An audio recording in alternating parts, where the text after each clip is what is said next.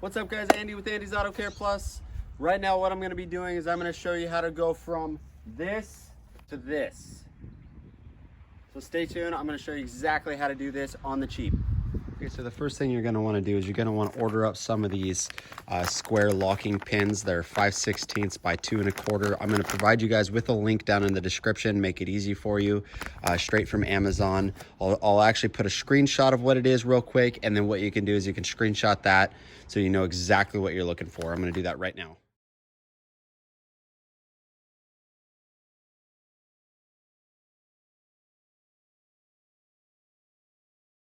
Okay, so after you order these up, they're very commonly used. You can get them through Tractor Supply or Amazon. I found them fairly cheap, so it's a good deal.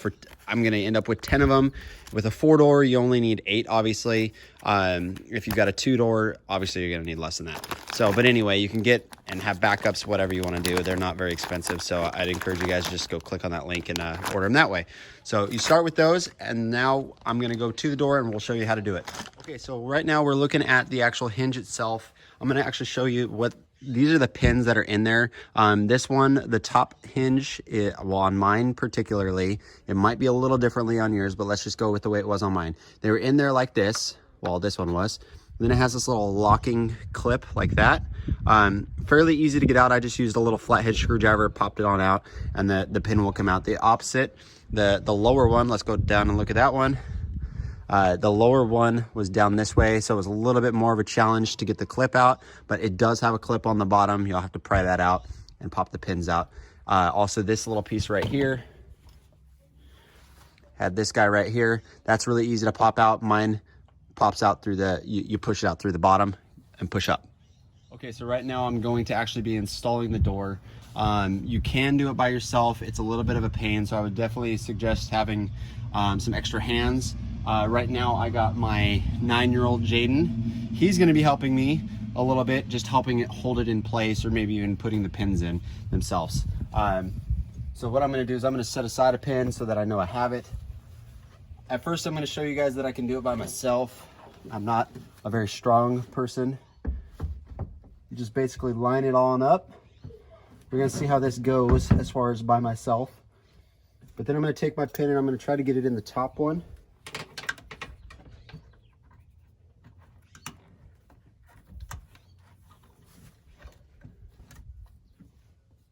Okay, so sorry, that last angle wasn't the greatest for you guys to actually see what I was doing. But essentially, I was able to line up this right here by myself. So that was just literally just to show you guys that it can be done by yourself. The only issue I'm having on these ones is I noticed that it does hit a little bit right in here. I'm still working on trying to figure out how to make it to where it can go past that. I haven't been able to get it to push past. It might be the size of these. So you might even maybe look for a different size if it's got a different size head or something like that.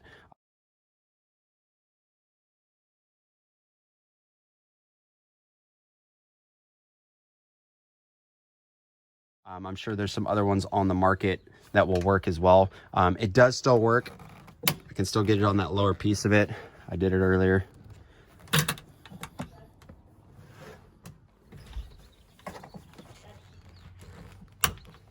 There we go. I just had to kind of look at it. So there we go. It is able to still clamp on the bottom. So now what I'm going to do is I'm going to line up the lower one. We'll angle this down. This one was a little tricky earlier when I played with it. But it's not too bad still. There we go. So there we go.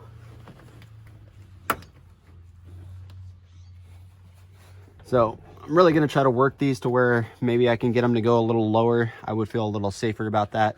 Then what you can do is, I'm sure there's going to be some little D-clips or some sort of clip we can replace these with, which is what I'm going to look into to make it like a quick release on these. There you go. Now I'm going to show you that the door actually still operates, which was my big concern actually with doing this, was how the door itself was going to operate. So you guys can see it still operates just fine. So that was my biggest concern with doing this, was how it was going to operate. There you can see the pins. So anyway, right there, pretty easy to do. I'm gonna work on the rest of these, get all 4 of my doors set up this way. So hey, hopefully this helped you guys. I didn't really have any reference as far as how to do this, so I had to experiment by playing with this door, figured it out. But hopefully this can shorten the learning curve for whoever's watching this, and it will be you'll be able to take the doors off. So anyway, guys, hey, thanks for watching my video. Don't forget, hit the subscribe button, hit the like button, and we'll catch you guys on the next video. Peace.